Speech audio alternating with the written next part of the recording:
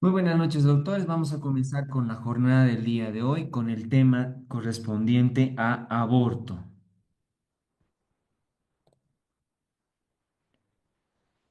Vamos a empezar con un pequeño caso clínico. Tengo una mujer de 28 años, es su primer embarazo, 7 semanas por fecha de última menstruación, aparentemente dudoso. Refiere cuadro clínico de 2 días de evolución caracterizado por la presencia de sangrado genital en escasa cantidad, color rojo oscuro, sin la presencia de dolor abdominal. No tiene antecedentes familiares de enfermedades genéticas o malformaciones. Signos vitales estables, normales, y al examen ginecológico el cervix sin modificaciones cervicales. Dentro de sus laboratorios destaca en esta paciente una hemoglobina de 10 gramos sobre decilitro, una glucemia de 85. En la ecografía se ve un saco gestacional de 20 milímetros sin la presencia de un embrión. La paciente es profesora de educación física, ¿no? Eso es. Así que en función de este casito, pues al final obviamente de la disertación vamos a volver a analizarlo y vayan pensando de a poquito qué es lo que podemos diagnosticar en esta paciente, cuáles serían las medidas para justamente la misma.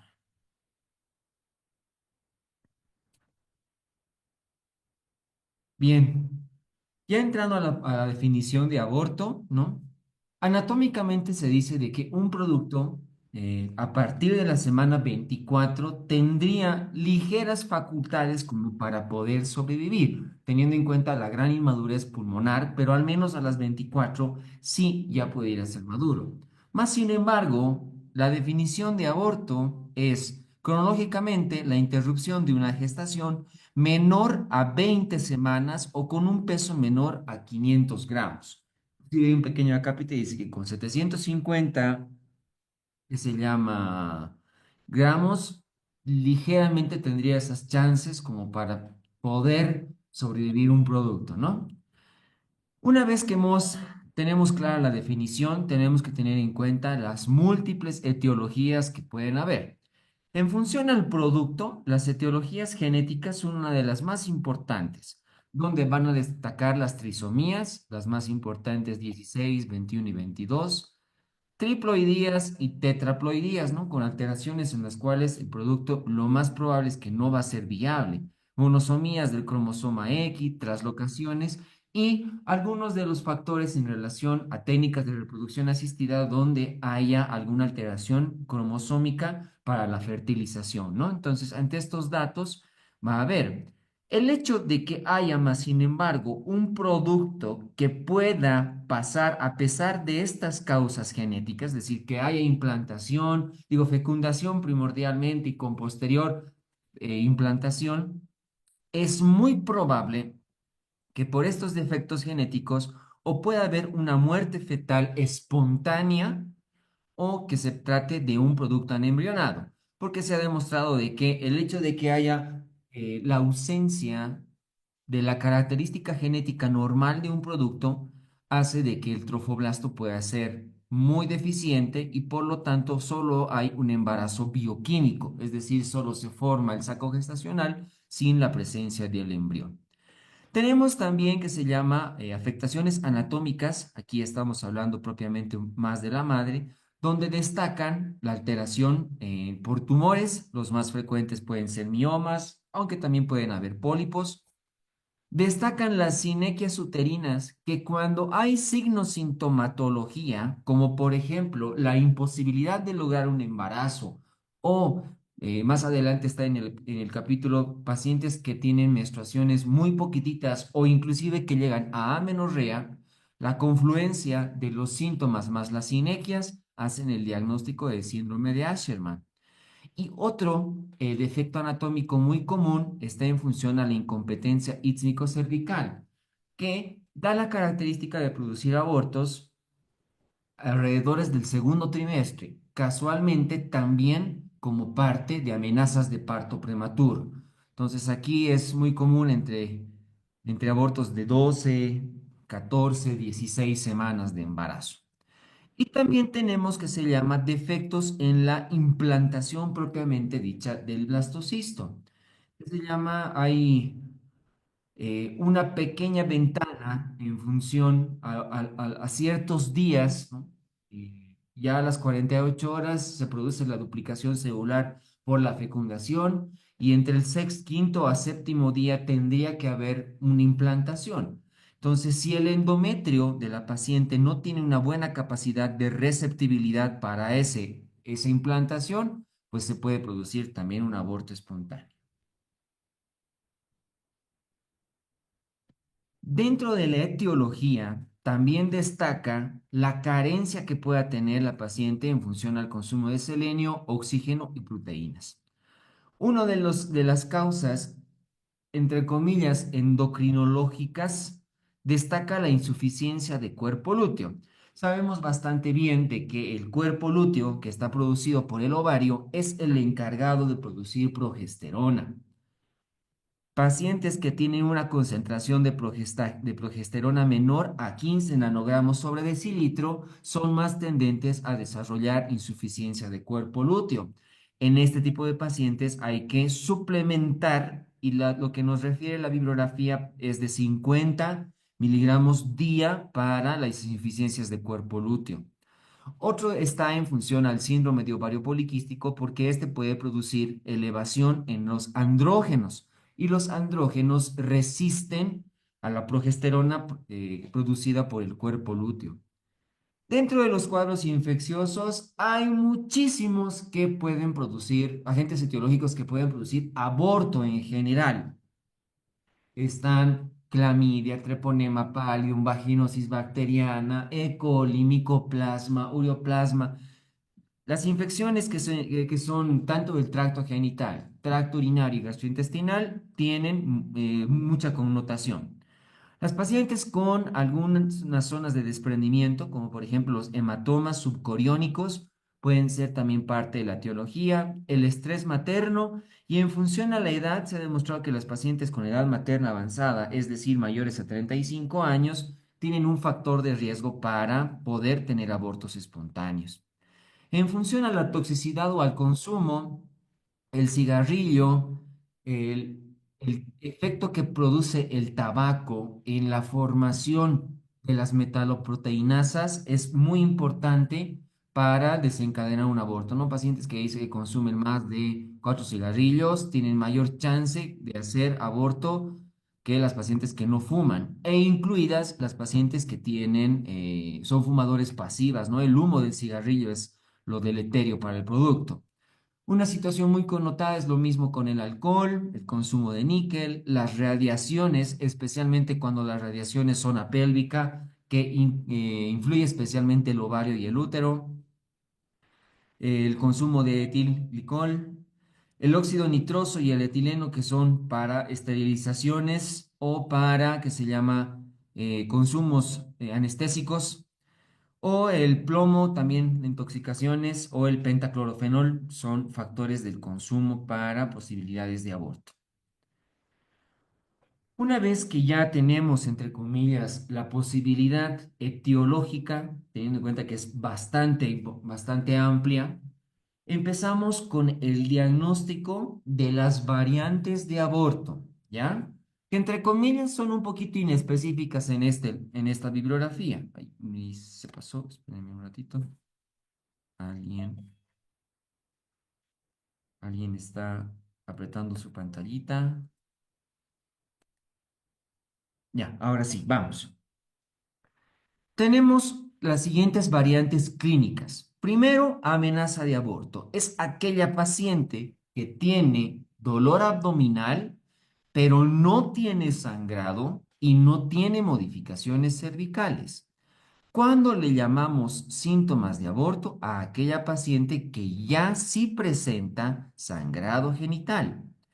Aborto en evolución es aquella que además del sangrado va a presentar modificaciones ligeramente cervicales, muy ligeras, ¿no? El cuello solamente está entreabierto y a veces el tacto nos permite palpar, ¿qué se llama?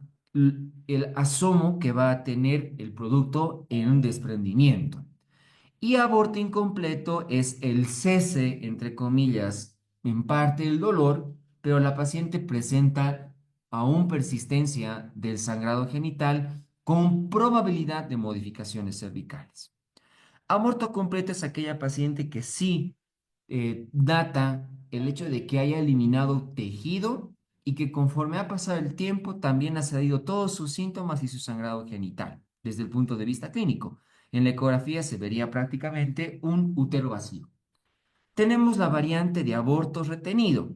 En el aborto retenido dice, las pacientes que con un saco gestacional mayor a 35 milímetros y que dentro de su interior no se logre ver un saco gestacional, digo un embrión, es el diagnóstico para aborto retenido, donde las variantes en huevo muerto retenido, ¿no? Un embarazo muerto, o el embarazo anembrionado. Esas dos variantes maneja el aborto retenido. Pacientes van a presentar ligero sangrado sin modificaciones cervicales y algunas inclusive van a presentar regresión de sus síntomas neurovegetativos. Van a presentar regresión de las náuseas, de los vómitos, del sueño.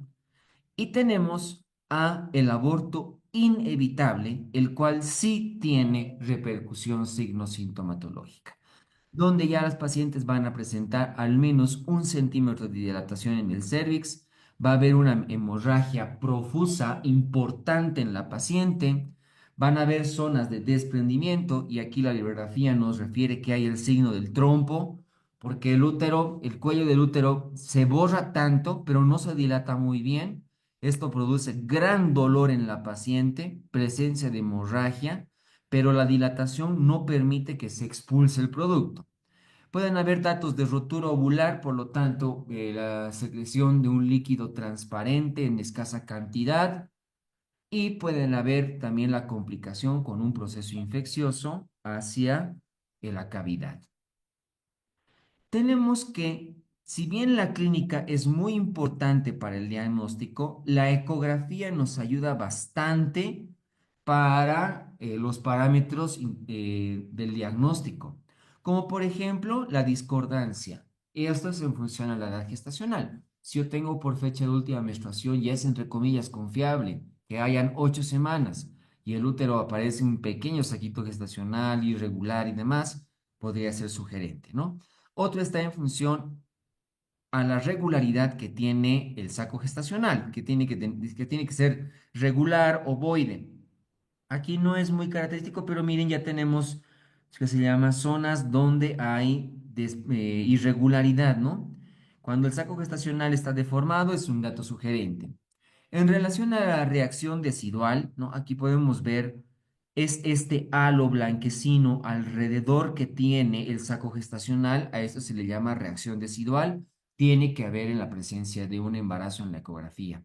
Podemos encontrar zonas de desprendimiento, zonas de hematoma, que cuando comprometen mayor al 50% pueden ser sugerentes para una posibilidad de aborto. Ausencia del embrión, como podemos ver aquí en la imagen, no hay el embrión. Y la ausencia del embrión también tiene que ser en función a la vesícula vitelina. Lo primero que aparece antes de que aparezca el embrión es la vesícula vitelina, es una imagen circular. Muchas veces hasta una gota de sangre puede ser como falsa apreciación, ¿no? Más sin embargo, días después de la aparición de la vesícula vitelina debería aparecer el embrión e inclusive deberíamos ver latido fetal. Podemos ver en la ecografía las zonas del cuello del útero con dilatación, pueden haber borramiento. En incompetencia cervical pueden haber las imágenes de funneling, que es como un embudo ante el borramiento. Puede haber protrusión del saco gestacionado de las membranas por el cuello del útero, ¿no? O un saco vitelino, como les decía hace un momento, sin embrión. Para eso nos ayuda bastante bien la ecografía. Una vez que establecemos la etiología, que ya más o menos sabemos el diagnóstico según su bibliografía, podemos pasar en función al manejo y al tratamiento. En las amenazas de aborto, el manejo solo es expectante, ¿no? Probablemente, si no requiere la paciente hospitalización, el reposo en domicilio y la ecografía seriada basta y sobra para el manejo de las pacientes. Cuando las pacientes son diagnosticadas de aborto retenido, el manejo será expectante, especialmente en primigestas, dice la literatura, esto para evitar que más adelante hayan complicaciones o no someterlas a las posibles complicaciones de una evacuación, porque la evacuación sí puede ser un método, entre comillas, pseudoinvasivo, porque para la evacuación tenemos el uso de prostaglandinas sintéticas del tipo E2, como por ejemplo el misoprostol, el tallo de laminaria, que es la administración de un tronco en el cuello del útero que produce dilatación, o también usamos el método de Kraus, que consiste en la administración mediante una sonda Foley de 25 a 50 mililitros para la insuflación el despegamiento del saco gestacional por el útero, ¿no? Con estos métodos podemos realizar evacuación. Las pacientes con aborto en evolución sí o sí deben ser con legrado, mejor si es mediante aspiración, pero también se puede realizar con legra simple, donde la radiografía también nos da las pautas para realizar un correcto legrado, que es pacientes con encía ginecológica, con medidas antisépticas, se coloca un especulo vaginal, se identifica bastante bien el cuello del útero y con una pinza POSI o una pinza de tenaza o erizo, se pinciona el labio superior del cuello del útero, ya el labio superior, y con ello se tracciona para rectificar el útero. Por ende, se puede realizar mejor el procedimiento de un legrado por aspiración o por curetaje. ¿No? Entonces es la técnica para realizar. En todos los casos de aborto completo, solamente la técnica, digo, el manejo será expectante. Y es que tienen preguntitas, doctores, les pido por favor esperemos hasta el final. Con todo gusto voy a resolver todas las dudas que tengan. Una variante importante al momento de hablar sobre aborto es aquellas pacientes que tienen aborto recurrente, que es la presencia de tres o más abortos en una paciente, ¿ya? Entonces, cuando hay abortos recurrentes, es imprescindible investigar un tanto más porque estas pacientes son de mayor cuidado. Primero investigamos la etiología en regular. Las pacientes que se llama, como habíamos visto, todas las etiologías previas, hay algunas que pueden tener algunas implicancias mayores, ¿no? Como por ejemplo en los cuadros de infecciones, las infecciones por ureoplasma y micoplasma tienen más tendencia en hacer aborto recurrente. Como por ejemplo en incompetencia ísmico-cervical, será importante la realización de un tratamiento que se llama el cerclaje cervical, que está indicado entre las, alguien está tocando su pantallita, que se llama, será mejor realizarlas entre las semanas 12, 14 a 16, ¿no? Que consiste en una sutura no reabsorbible en cuatro cuadrantes. Esta es la técnica de McDonald para mantener cerrado ese cuello del útero y evitar que haya la incompetencia, ¿no? Las pacientes con sinequias uterinas que además tienen sintomatología, es decir, hay síndrome de Asherman, tienen más tendencia a hacer abortos recurrentes. Factores hematológicos se puede buscar, ¿no? Como la deficiencia del factor 8, hipofibinogenemia, que es menor a 60 miligramos sobre decilitro, o alteraciones de la proteína C. Factores inmunológicos, y aquí destaca primordialmente el síndrome de anticuerpos antifosfolipídicos, que se manifiesta por anticuerpos antilúpico y anticardiolipina. Estas pacientes además tienen el antecedente de sangrados, y no solo desde el punto de vista ginecológico, presentan sangrados al cepillado de los dientes, epistaxis, otorragia, tienen tendencias al sangrado. Y además son pacientes que pueden tener dentro de la historia ginecológica tendencia a hacer preeclampsia, tendencia a hacer abortos recurrentes sin causa, de causa inespecífica o partos prematuros de causa inespecífica, óbitos fetales de causa inespecífica. Por lo general, las pacientes con síndrome de anticuerpos antifosfolipídicos reaccionan bastante bien al tratamiento con aspirina, heparinas de bajo peso molecular y prednisonas, y algunas inclusive tienen el requerimiento de inmunoglobulina. O a pacientes con antecedentes tóxicos también son sugerentes para abortos recurrentes. De todos modos, Aparte de investigar todo esto, la bibliografía no sugiere que en pacientes con abortos recurrentes se les solicite CA 125, interleucina 6 y complemento a modo de investigar otro tipo de situaciones bastante no frecuentes. Un detalle importante con una que se llama epidemiología en Sudamérica, pues nuestro país no es exento, aunque la literatura no habla prácticamente mucho o nada en relación a nuestra realidad, son los abortos inducidos, es decir, los abortos provocados. Y en función a ello, pues tenemos los abortos que son ilegales y los abortos que son legales. Dentro de los que son legales, entre comillas, tenemos en las definiciones los abortos libres, que son aquellos que la paciente por X motivo o circunstancia encontró la vía legal para interrumpir su embarazo, ¿no? Ya sea por causas sociales, por causas personales. Tenemos los abortos de eugenésicos. Estos son aquellos que se ha demostrado de que el producto puede tener una malformación incompatible con la vida, muy difícil. Entonces se hace la interrupción del embarazo de manera previa. Los embarazos terapéuticos cuando el embarazo está atentando la vida de la salud de la madre, se puede realizar el aborto o abortos de causas mixtas, ¿ya? Desde el punto de vista legal.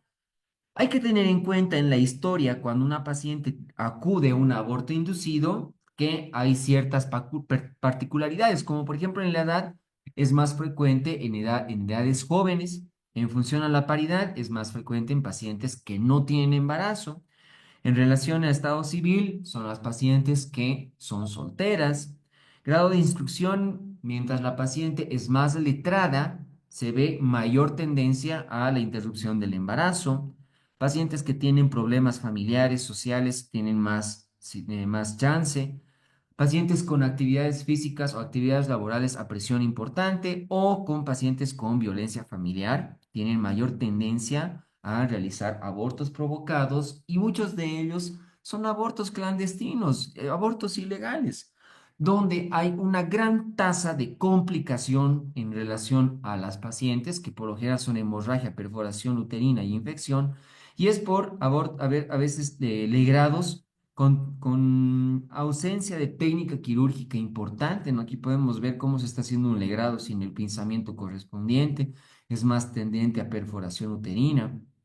O si no hay las medidas antisépticas correspondientes, van a haber datos de infección, ¿no? Otros métodos son como por ejemplo los naturales, la administración de sustancias dentro del cuello del útero, ¿no? Se destacan las ramas de perejil, dice la literatura, y que este tipo de ramas es más propenso como para poder realizar abortos infecciosos por Clostridium perfringens, muy importante. A veces el uso irracional de los medicamentos para producir un aborto puede producir hemorragias incoercibles que pueden comprometer la vida de la paciente. Pero la complicación más temida va a ser el proceso infeccioso, donde la infección primordialmente puede pasar a cavidad uterina propiamente dicha, ¿no? Producir una ligera endometritis y el síntoma cardinal para la infección por aborto va a ser la aparición de fiebre y síntomas generales. Esta puede evolucionar a ser mioparametritis, ya infecta el miometrio y los parametrios. Puede evolucionar a periperitonitis con secreción hacia las trompas y parte del tejido circundante al ovario. Puede haber peritonitis con la perforación y la aparición de líquido purulento ya en cavidad peritoneal. Otra complicación es la tromboflebitis de los vasos ilíacos de extremidades inferiores también. El absceso y cuando se drena puede producir fácilmente un choque séptico. Una connotación muy importante, porque todas estas últimas de parametritis para abajo tranquilamente pueden repercutir en un síndrome de respuesta inflamatoria en la paciente sistémica que puede repercutir en la muerte de la misma y que Clostridium perfringens tiene una particularidad de hacer un choque séptico brutal, ¿no? Hay datos de anemia, hay datos de cianosis, hay datos de ictericia, oliguria, hipoperfusión, tan rápidas que desencadenan rápidamente en la muerte de la paciente, pero con un buen tratamiento antibiótico y con medidas preventivas pueden haber tasas de recuperación en las pacientes. Por lo tanto, cuando ya hablamos de aborto séptico, tenemos que hablar de que hay pacientes con aborto séptico de bajo riesgo y de alto riesgo.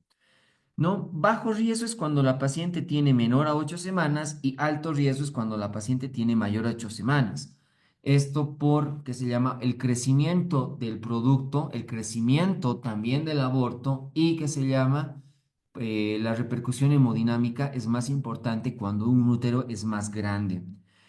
Las pacientes con diagnósticos de sepsis, perdón, van a presentar inicialmente datos de hipoperfusión, va a haber anemia, va a haber oliguria, va a haber alteraciones en la motilidad intestinal y también va a haber repercusión en los signos vitales, como por ejemplo, va a haber taquicardia, va a haber hipotensión, va a haber fiebre, va a haber taquipnea incluida. Por lo tanto, la bibliografía nos dice, en pacientes con aborto séptico de bajo riesgo, sugiere el tratamiento antibiótico en función a la asociación de penicilina más cloranfenicol, o clindamicina más gentamicina, o metronidazol con ciprofloxacina.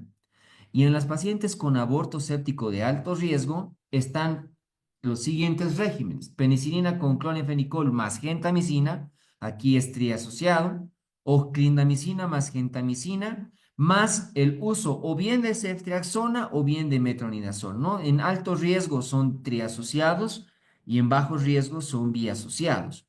Cuando la paciente es refractaria al tratamiento o es un útero perforado con una capacidad vital muy, que se llama de difícil manejo, es decir, su útero está prácticamente muerto, o la hemorragia es incoercible y la paciente está con datos de choque, tendremos que realizar como tratamiento la histerectomía.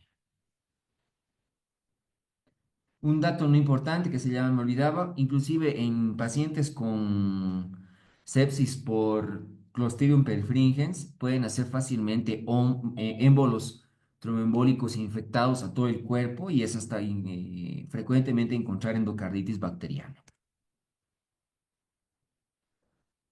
Antes de comenzar con nuestras preguntitas, eh, repasamos nuevamente nuestro caso clínico en función a lo que habíamos visto, ¿no? Tenemos una mujer de 28 años de edad, eso quiere decir es paciente joven, su primer embarazo y cursa con 7 semanas de embarazo aproximadamente por fecha de menstruación dudoso. 2 días de evolución caracterizado por la presencia de sangrado genital en escasa cantidad, color rojo oscuro, sin la presencia de dolor abdominal. No tiene antecedentes familiares ni enfermedades genéticas, nada. No hay modificaciones cervicales, ¿no? Entonces tenemos una hemoglobina de 10 gramos sobre decilitro en esta paciente, glicemia de 85. La ecografía, muy importantemente, me dice que hay un saco gestacional de 20 milímetros sin la presencia de embrión, ¿no? La paciente es profesora de educación física por su actividad física.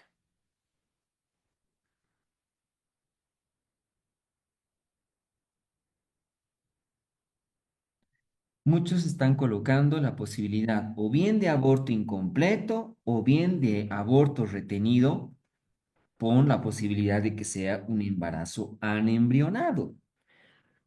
Si hacemos el sesgo por la bibliografía, doctores, donde hay sangrado genital con dolor abdominal, estos son síntomas de aborto, ¿ya? Son síntomas de aborto, porque no hay modificaciones cervicales como para poderle llamar un aborto en evolución. Ahí prácticamente estuviéramos diciendo de que no lo es.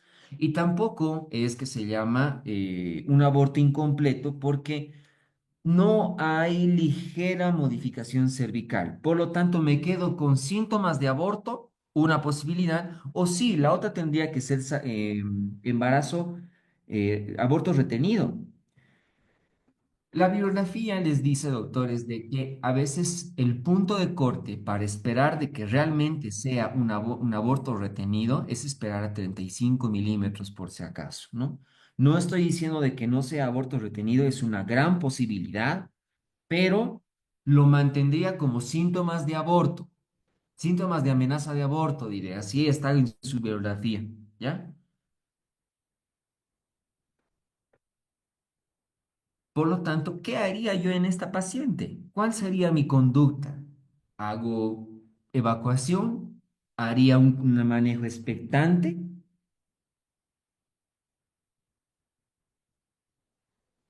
Yo considero, antes de esperar a estos 35 milímetros para que no haya embrión, tal vez sí hago manejo expectante, porque además la paciente es primigesta. Y si bibliografía dice si es primigesta y si fuera aborto retenido, espere a ver si va a haber manejo, evolución espontánea de ese aborto. En pacientes multigestas o ya según multíparas, ahí ya se podría realizar evacuación directa probablemente, ¿no? A partir de ahora, todos nuestros temas patológicos, vamos a presentar un casito clínico para ir viendo que se llama posibilidades de diagnóstico y tratamiento. Muy bien, doctores. Ahora sí, ustedes son dueños del chat. Vamos a comenzar con nuestras preguntitas programadas para el día de hoy. Pregunta: ¿cuál es la causa más frecuente de aborto espontáneo en el primer trimestre? ¿Infecciones maternas, alteraciones cromosómicas, malformaciones uterinas, endocrinopatías o incompetencia cervical?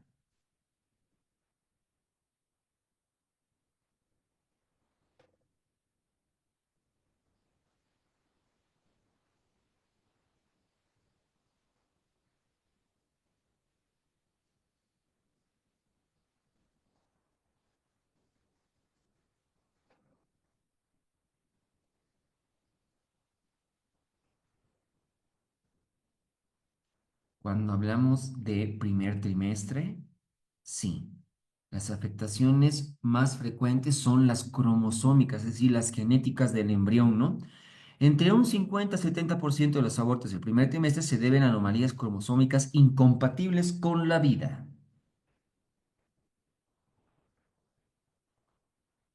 ¿Cuál de los siguientes factores maternos aumenta el riesgo de aborto espontáneo? Edad menor a 20 años, edad mayor a 35 años, bajo peso materno, deficiencia de hierro o ejercicio físico moderado.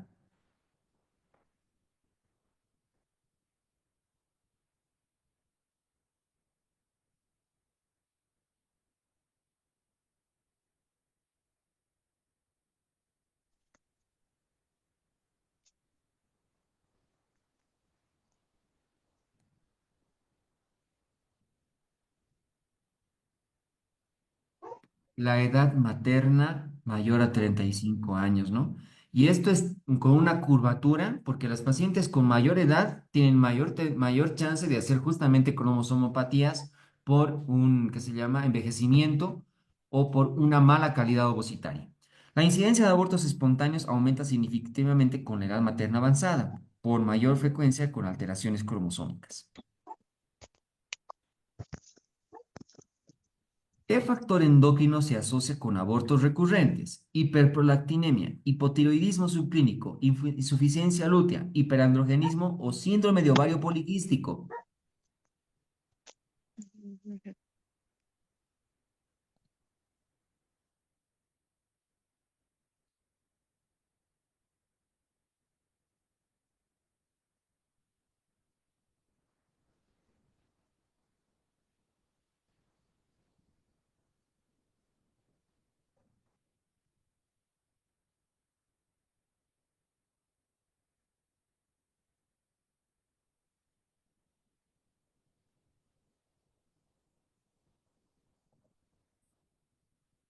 ¿Por qué no? Tal vez pudiera encontrar como dos respuestas, pero cuando hablamos de recurrente, tal vez ahí le da el acápite de la diferencia, ¿ya? Primordialmente es la insuficiencia lútea. La deficiencia de progesterona en la fase lútea impide la adecuada preparación endometrial para la implantación y mantenimiento del embarazo. Ya habíamos visto, sí, el ovario poliquístico puede hacer de que haya elevación de los andrógenos, pero no es tan frecuente. ¿Qué hallazgo ecográfico indica un aborto inevitable? saco gestacional vacío, saco colapsado y cérvix dilatado, endometrio trilaminar, masa anexial o vesícula vitelina deforme.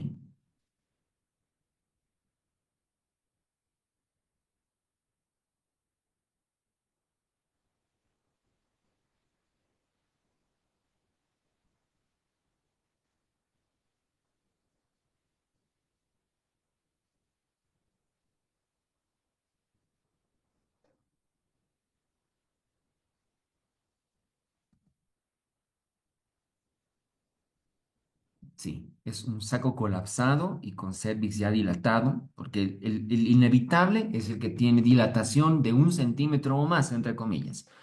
La dilatación cervical con ruptura de membranas o colapsa de saco indica un aborto inevitable por ecografía.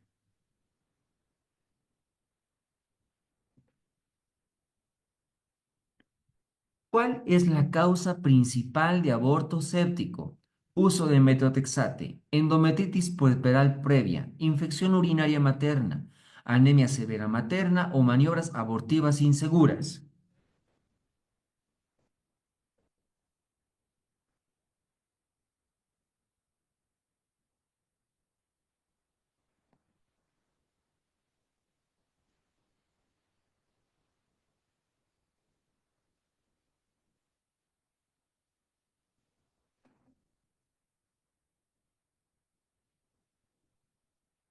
Sí, la bibliografía dice de que las pacientes con más chance de hacer complicación infecciosa por aborto es con maniobras abortivas inseguras.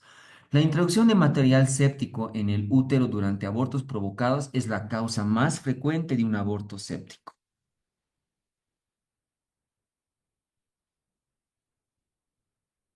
Pregunta, ¿cuál es el agente infeccioso más común en aborto séptico? Escherichia coli, Streptococcus pyogenes, Clostridium perfringens, Neisseria gonorrea o Clamidia trachomatis.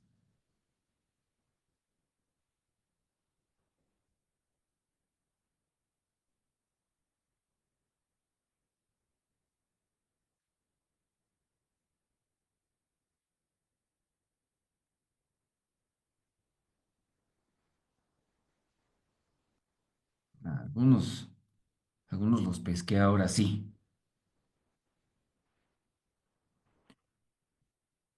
Lo voy a poner de esta manera con esta pregunta, ¿no? La pregunta puede ser más común, puede ser el más agresivo con mayores complicaciones o el más frecuente en aborto recurrente, ¿ya?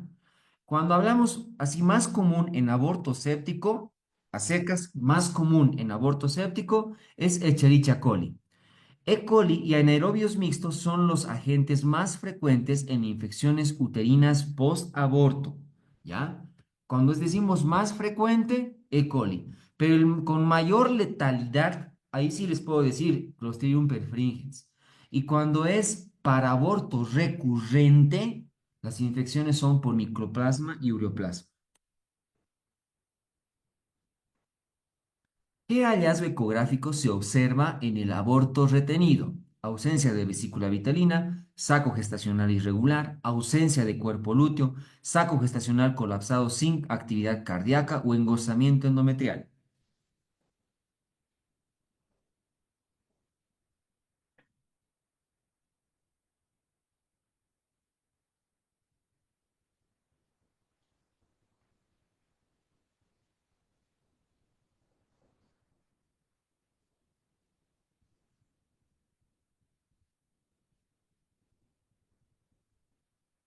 Sí, un saco gestacional colapsado sin actividad cardíaca es sugerente para aborto retenido, ¿no? La ausencia de latido cardíaco con saco deformado indica aborto retenido.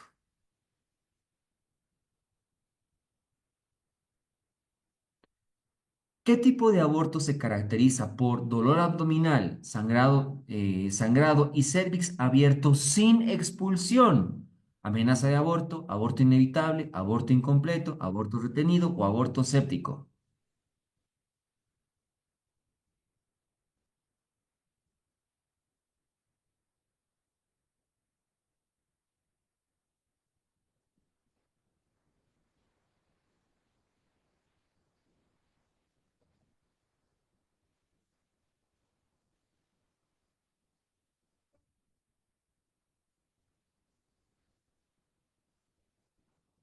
Aquí la clave del éxito, por si acaso, creo que ahí está en el cervix, por si acaso.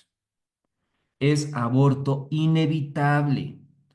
El aborto inevitable, la dilatación cervical, indica que el proceso de expulsión es irreversible. Ya modificaciones cervicales, abierto 1 centímetro, es aborto inevitable. Para los que decían aborto retenido, por lo general el aborto retenido no tiene modificaciones cervicales. Justo por el caso de nuestra paciente además, ¿no? ¿Qué tratamiento médico puede utilizarse para apoyar el cuerpo lúteo en amenaza de aborto? Estrogenoterapia, prolactina, antiprostalandínicos, ácido fólico o progesterona.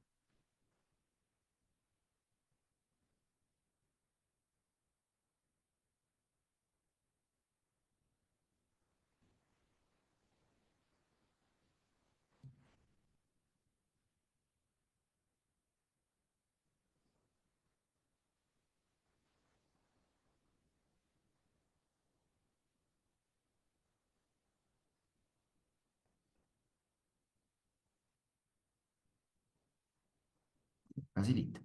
La administración de progesterona ayuda a mantener el endometrio secretor y previene contracciones uterinas. La dosis que sugiere la bibliografía para insuficiencia de cuerpo lúteo es 50 miligramos diarios. ¿Cuál es el manejo de elección del aborto retenido en pacientes estables sin signos de infección?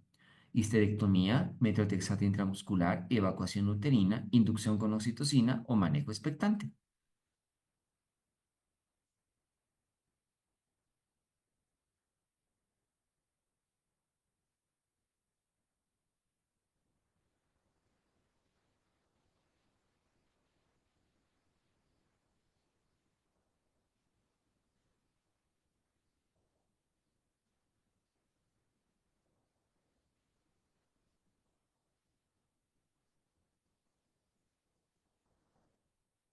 Bueno, aquí también creo que puede haber como que dos respuestas, pero tal vez aquí no me está diciendo si es primigesta o si es multigesta, ¿no?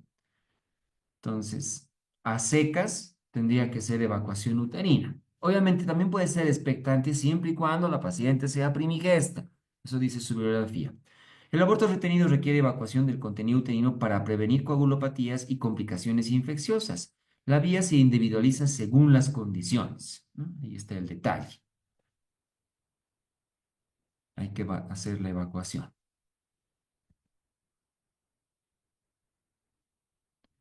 El aborto retenido de evolución prolongada, ¿qué estudio de laboratorio es clave para descartar coagulopatía? Fibrinógeno, bilirrubinas, recuento de plaquetas, factor 8, hemoglobina corpuscular media.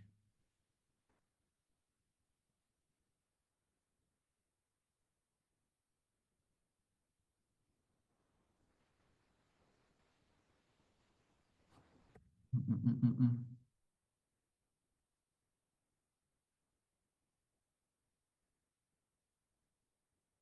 Me olvidaba decir, ¿no? La coagulopatía de consumo, porque también puede provocar coagulación intravascular diseminada, es los abortos retenidos de larga data. Por lo tanto, para su estudio se utiliza fibrinógeno. La retención prolongada del producto puede desencadenar hipofibrinogenemia y coagulación intravascular diseminada. La medición de fibrinógeno permite detección y manejo oportuno.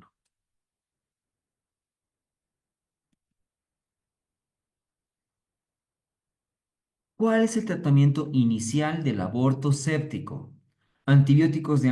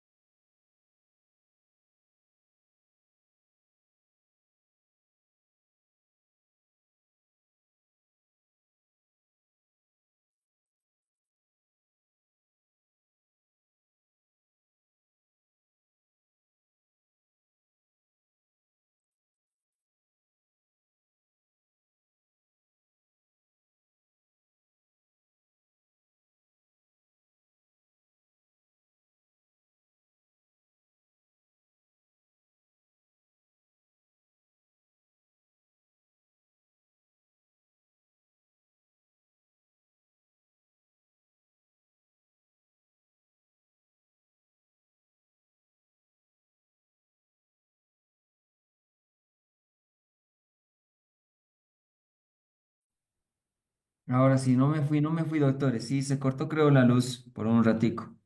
¿Cuál es el tratamiento inicial de un aborto séptico? Antibióticos de amplio espectro, oxitóxicos, legrado uterino, corticoides u 6 a hemoderivados. 7 que me llame.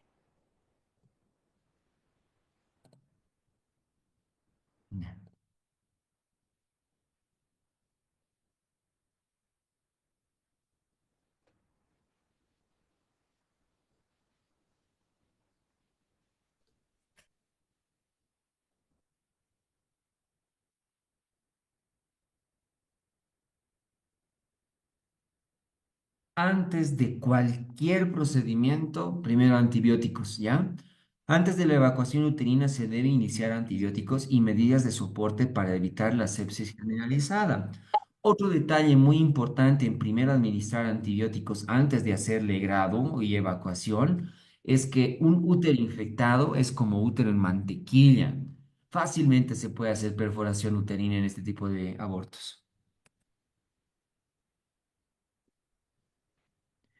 ¿Qué complicación es más frecuente tras un aborto séptico maltratado? Sinequias uterinas, endometriosis, embarazo ectópico, incompetencia cervical o embolia pulmonar.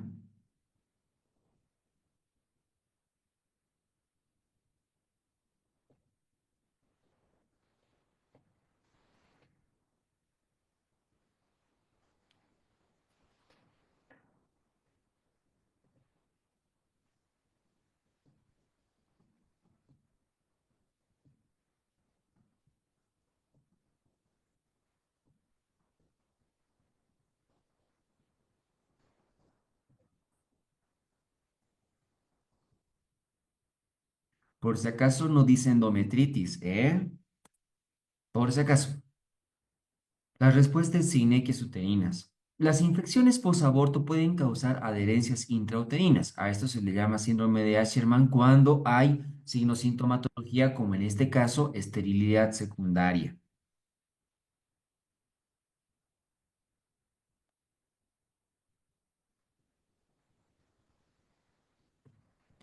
¿Qué alteración uterina se asocia con abortos recurrentes? Útero en retroversión, la endometriosis, hiperplasia endometrial, mioma subseroso o el útero bicorne.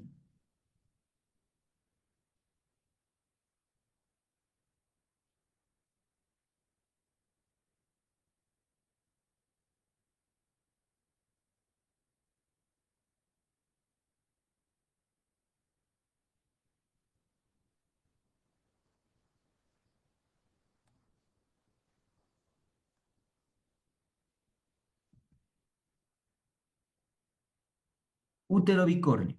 Las malformaciones uterinas como el útero bicorne o septado dificultan la implantación y desarrollo normal del útero. Digo, del embarazo, perdón.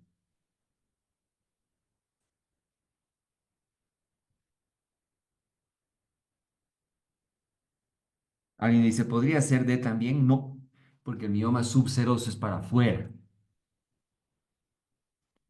¿Cuál es la principal causa inmunológica de aborto recurrente? Hipotiroidismo, diabetes mellitus, VIH-Sida, síndrome antifosfolipídico o síndrome de Cushing.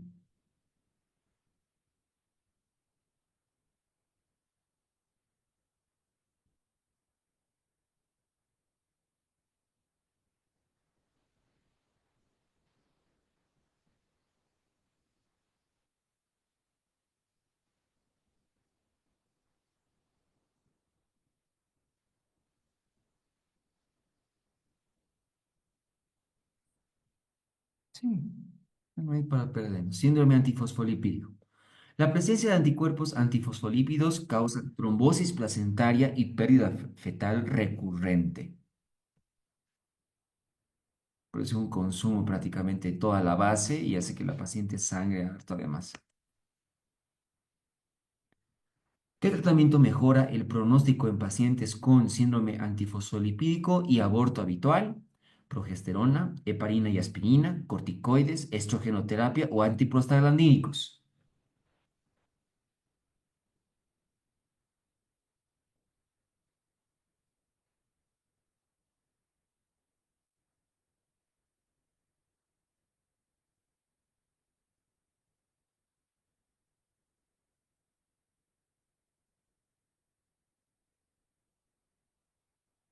No, la dosificación de heparina y aspirina, heparinas de bajo peso molecular y aspirina a bajas dosis es la clave para síndrome de anticuerpos antifosfolípido. La terapia anticoagulante previene la trombosis placentaria y mejora la viabilidad fetal.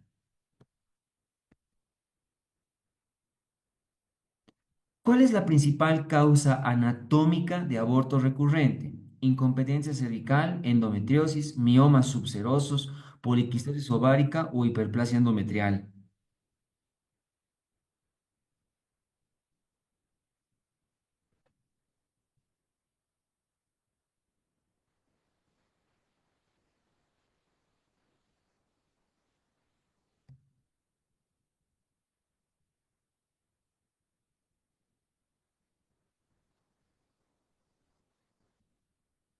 Sí, bueno, está sencilla, ¿no? Porque la incompetencia cervical es la que produce entre las 2 y 16 semanas, ¿no?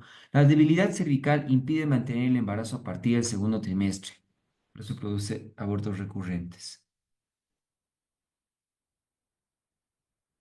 ¿A qué edad gestacional se realiza cerclaje cervical? Una vez se diagnostica el embarazo, 8 semanas, 12 semanas, 20 semanas o 36 semanas.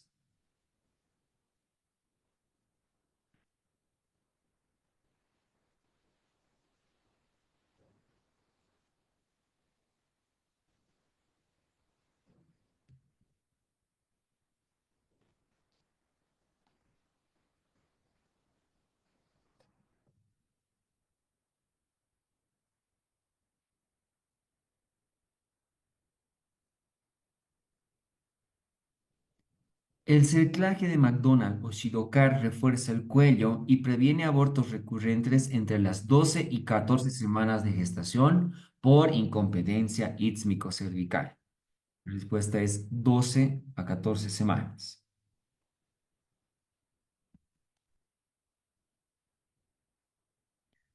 Bien, doctores, muchísimas gracias por su atención.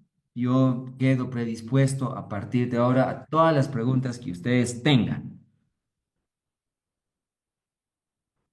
Eh, Doctor, según la bibliografía, ¿desde qué semana hasta qué semana se realizan los distintos tratamientos? Es decir, ¿hasta qué semana puedo realizar un legrado AOME u otro? Gracias. Dos, esta bibliografía aconseja el cerclaje cervical debido a que la bibliografía anterior no se recomienda. Doctores, primordialmente les ha salido una nueva bibliografía y su examen va a entrar de esta bibliografía, que para mí es más antigua que la anterior, y ya la anterior inclusive es antigua, pero bueno, ahora tienen que adecuarse a esta bibliografía. Por lo tanto, si en esta dice que hay que hacer cerclaje cervical en incompetencia ísmico-cervical a las 12 a 14 semanas, pues esa es la respuesta.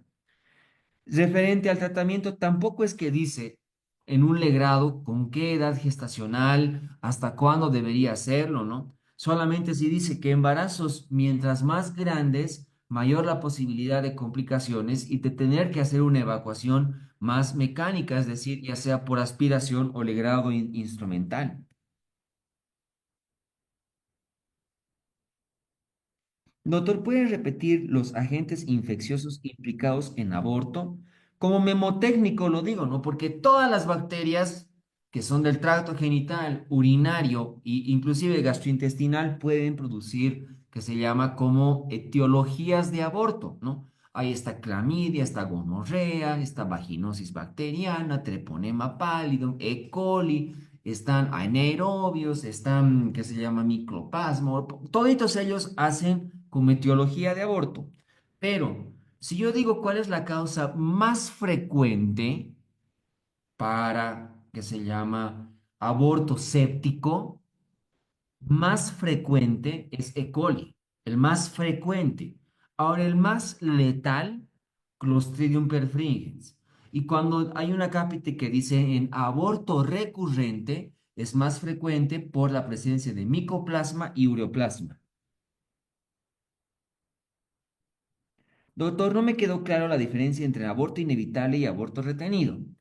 Clínicamente inevitable, modificación del cuello del útero, dilatación de 1 centímetro, tiene que haber 1 centímetro de dilatación, hemorragia profusa, con que se llama datos de desprendimiento y hay que se llama el signo del trompo, ¿no? Por el desprendimiento. Eso es en aborto inevitable. En aborto retenido no hay modificaciones cervicales. Por lo general el sangrado es escaso, es más oscuro, que se llama, y ahí puede haber regresión de los síntomas. La paciente ya no tiene náuseas, ya no tiene vómitos, ya no tiene sueño. Desde el punto de vista ecográfico, inevitable es un saco gestacional totalmente colapsado, ya no se reconoce nada y hay modificaciones, es decir, un cuello entreabierto, un cuello con dilatación vamos a encontrar en la ecografía. Mientras que un aborto retenido, el saco gestacional puede aparecer con un producto sin latido o sin la presencia de un embrión, ¿no? Doctor, ¿puedes repetir los tipos de aborto? Creo que ya lo dije, ¿no? Ahora, ahí también tenemos amenaza de aborto, solo dolor. Síntomas de amenaza de aborto, dolor con sangrado sin modificaciones cervicales. Aborto en evolución, puede haber ligera modificación cervical y palpar productos de degradación al momento de hacer el tacto.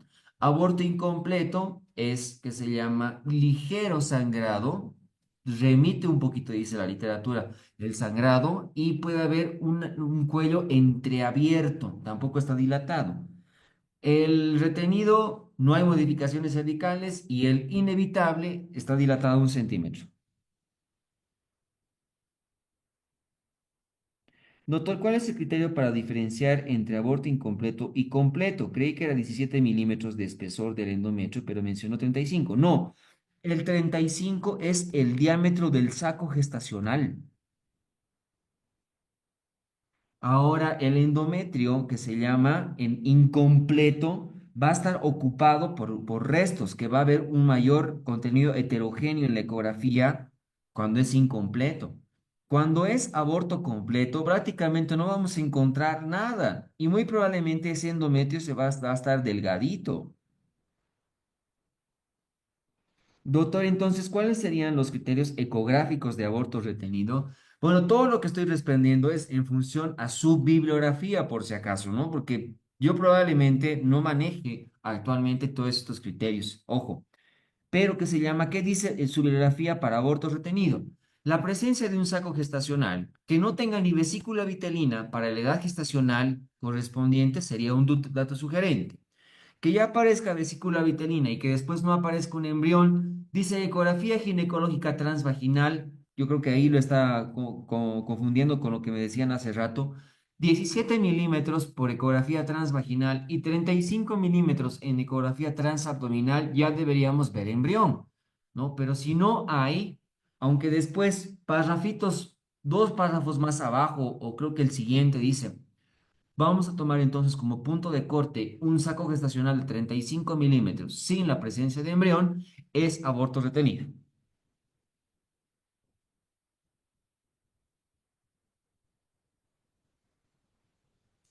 Bueno, yo particularmente no considero que el libro sea trucho, doctores, pero sí les puedo decir que es antiguo, está desactualizado.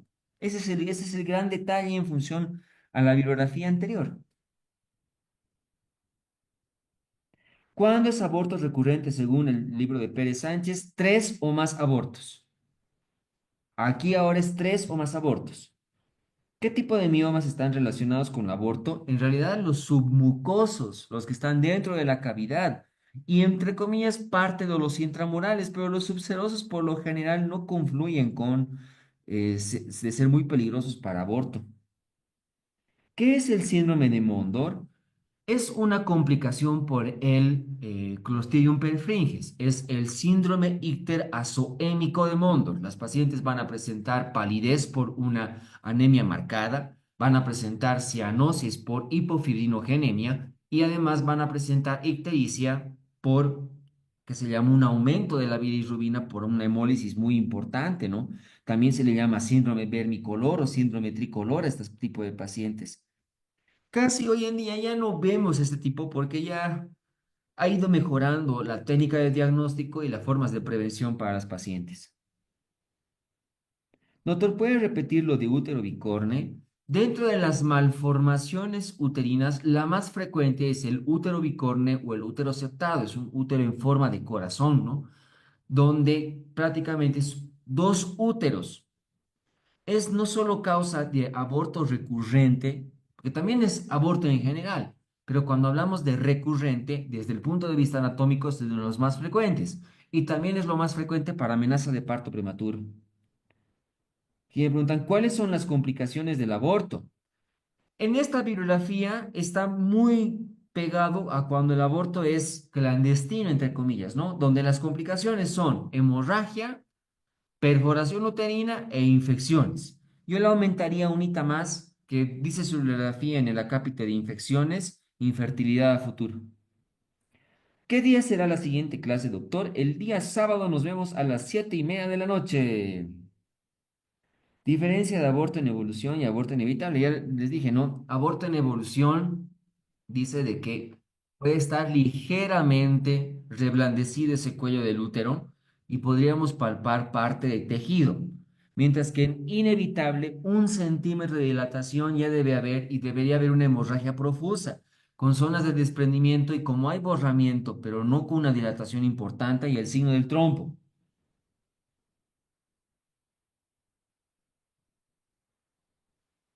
Entre comillas, aborto inminente es lo que acabo de decir hace rato, ¿no? Inminente es con dilatación importante y evolución ligeramente, la manifestación del cuello del útero. Doctor, ¿cuál es la diferencia entre síntomas de amenaza de aborto y amenaza de aborto? Amenaza de aborto, no hay sangre. Síntomas de amenaza de aborto, hay sangre. Esa es prácticamente la única diferencia. Raro, pero es la única diferencia. Amenaza de aborto dice dolor sin sangrado. Síntomas de amenaza de aborto dice dolor sin sangrado. Ambas no tienen modificaciones cervicales. Doctor, el AMEU, ¿hasta qué edad gestacional se puede realizar? Bueno, hoy tenemos como punto de corte que el AMEU es hasta las 12 semanas y a partir de las 12 semanas se realiza el grado.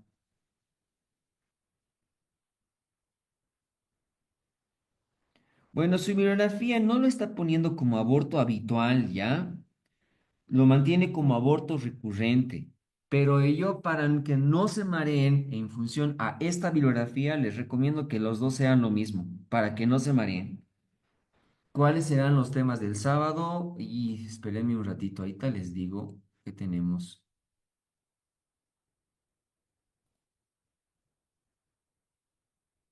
Espérenme un ratico.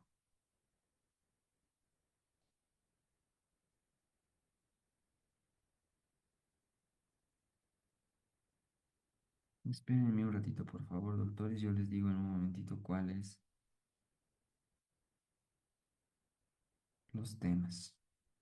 Estoy revisándolo en este preciso Diabetes. instante. Creo que sí. Tenemos diabetes gestacional y embarazo múltiple para el día sábado, doctores. Ahora sí.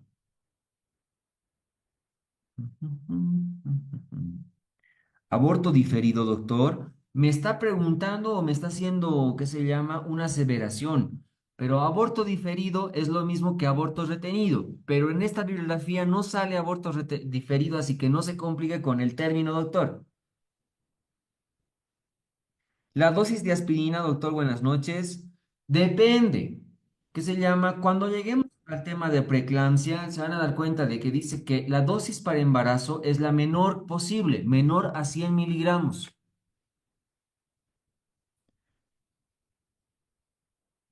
Doctor, la profilaxis con antibiótico en aborto séptico, ¿con cuánta antelación al procedimiento se administra? Si es desde el punto de vista profiláctico, si es dosis única, porque el hecho de decir profiláctico es dosis única, es inmediatamente se diagnostique la complicación de una posibilidad de aborto infectado o de aborto séptico. Ya nomás debería de administrar, entre comillas, no se espera más adelante, es pronto la administración. Doctor, cuando acabe los temas volveremos a repasar o ya no. ¿De qué? O sea, cuando terminemos todo el temario, vamos a repasar de nuevo. ¿A eso se refiere, doctora? Si podría ser un poquito más específica, porfis. ¿Se puede descargar mi supositorio con sello de médico general? Sí se puede, pero por ordenanza del Servicio Departamental de Salud y por ende del Ministerio de Salud, hoy en día todas las recetas de misoprostol están siendo auditadas por si acaso doctores, donde en la receta de misoprostol tiene que figurar nombre de la paciente, carnet de identidad, dirección de la paciente, diagnóstico de la paciente, el medicamento, dosis y por qué, para qué se le está administrando. Nombre del médico, sello del médico, carnet de identidad del médico, dirección del médico. Está bien complejito realizar la receta de misoprostol así nomás por así, así que yo prefiero decirles que se cuiden las espaldas. Doctor, la clase de lunes es posible que lo pueda subir a la plataforma. Yo hablé con la administración para que lo suba.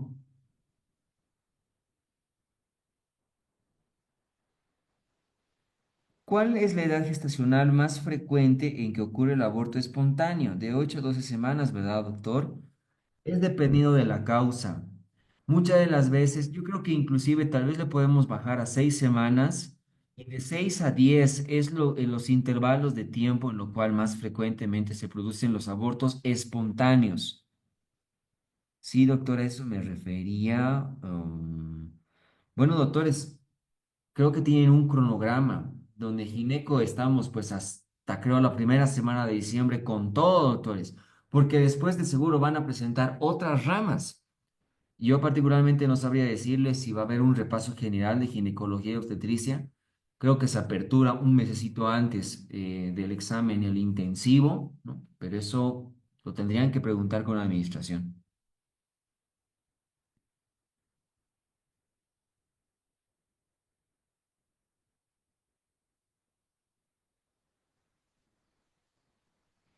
A ver, aquí me dicen una pregunta como si fuera prácticamente el parcial. ¿Cuál es la edad gestacional más frecuente en que ocurre el aborto espontáneo? Antes de la semana 6, entre la semana 8 y 12, entre la semana 14 y 16, después de la semana 20. Después de la semana 20 ya no es aborto, es parto prematuro, entre comillas, ¿no? Y en cualquier momento del embarazo tampoco es una pregunta desde el punto de vista, creo, pedagógica realizada. No creo que les pregunten algo así.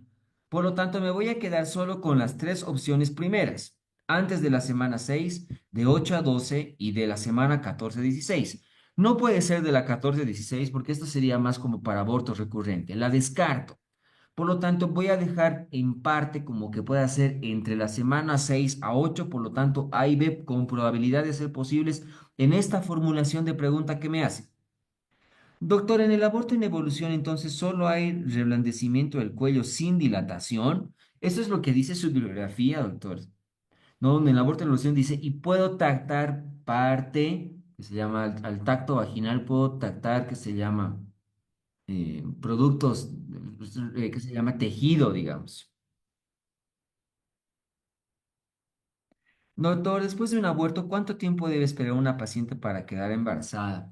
Ya que estamos haciendo bien sesgados y bien quisquillosos al momento de dar la respuesta, creo que tendría que ser en función a qué tipo de aborto y por qué causa fue. Generalmente se dice que se debe esperar entre 4 a 6 meses para un nuevo embarazo, como para que ese endometrio recupere del aborto, que haya una buena regularidad del ciclo menstrual y todo lo demás. Pero ya me imagino un aborto recurrente por incompetencia ísmico-cervical, probablemente habrá que esperar un poquito más de tiempo para darle mejores condiciones a la paciente.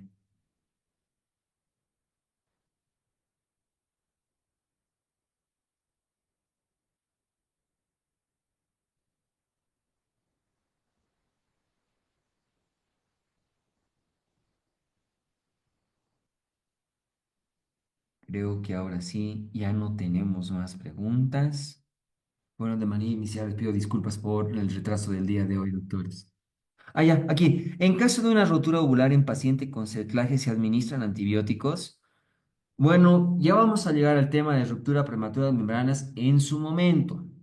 Pero si hay la ruptura del saco ovular en una edad gestacional menor a 20 semanas, no es para, ¿qué se llama? Abrir ese cercaje cervical. Probablemente la dosis de antibióticos será profilácticas y que salga, porque si no, es un embarazo no viable.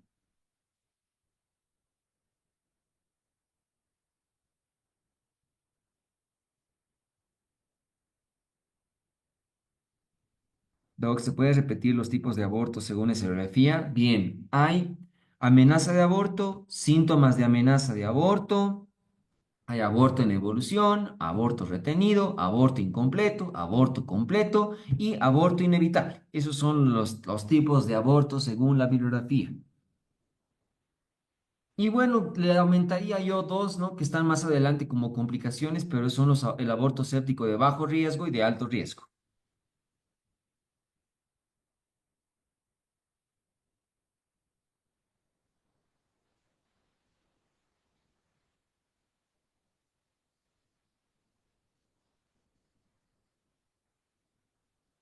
Súper. Doctor, después de realizar un AMEO, un legrado, ¿qué antibiótico se debe dar a la paciente? Depende. Si es un aborto no infectado, ninguno. Si es un aborto infectado, está en función a la edad gestacional. Que yo para que no se maree, doctora, prefiero que maneje esos antibióticos que para bajo riesgo o para alto riesgo utilice los antibióticos. Ya sabes, si es bajo riesgo, bi asociado. Si es alto riesgo, tri asociado. Si me pregunta experiencia personal o por lo que dice la última guía, solo es un antibiótico en caso de aborto infectado o pueden ser más dependiendo del caso de la paciente, evidentemente, ¿no? Y se utiliza mucho ciprofloxacina hoy en día, pero no se maree, doctora. Ahorita su bibliografía es la clave para el ingreso.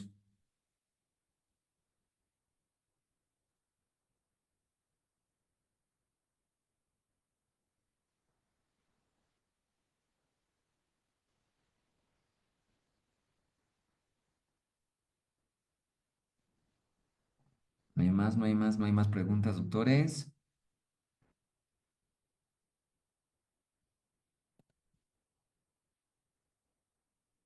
Bien. Ahora sí, creo que ya no hay más preguntas, doctores. Siendo este detalle, los espero el día sábado. Tengan muy buena noche.